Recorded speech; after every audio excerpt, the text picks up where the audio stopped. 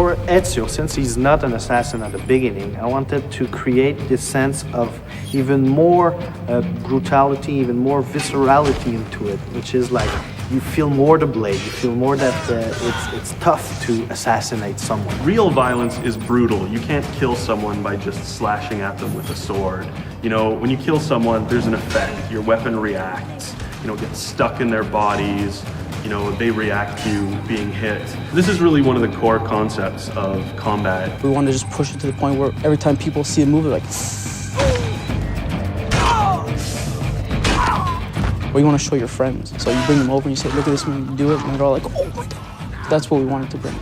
Another thing we wanted is to make fight better, but also make it so that fight wasn't the only tool in the game. So in AC2, there will always be an option for escaping. You have to play smart. You can't always fight every fight because you're going to lose. So you have to pick and choose your battles. So there's going to be 3 guards archetypes in the game. The first one being the Brute.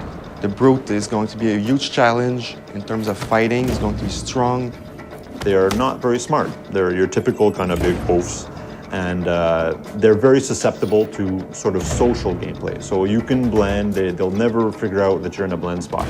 Then we have the Seeker, the more paranoid type of guard, you know, the guy who's searching to see where Ezio is, and even like in Veil of Hate or in a group of people, he can say, oh, you're there. The third is the Agile, and the Agile is obviously against the free running.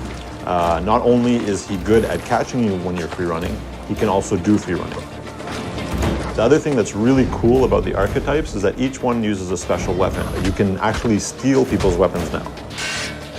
By stealing the archetypes' weapons will unlock a whole new set of combat attacks. Okay, this is a type of guy, he has a spear, you know, spears are long, so I can grab it and take it from him and kill someone else. Whereas a Brute is heavily armored, and you can pound on him all day long with your weapon and not really get anywhere. You've got to be clever to beat this kind.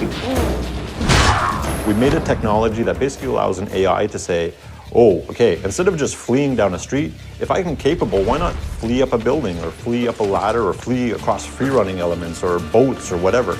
Instead of just having this sort of predictable path where you can see the guy taking off, now the player is going to have to adjust, and the AI will then counter-adjust to what the player is doing. In AC2, we have a bunch of new weapon types. We have maces, two-handed weapons, axes and swords.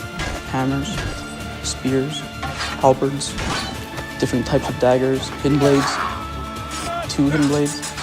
These allow for a lot of interesting variety to the combat. In AC1, the only thing you could do in fight with the hidden blades was counter kills. There was nothing else. But this time around, it counts as a full weapon.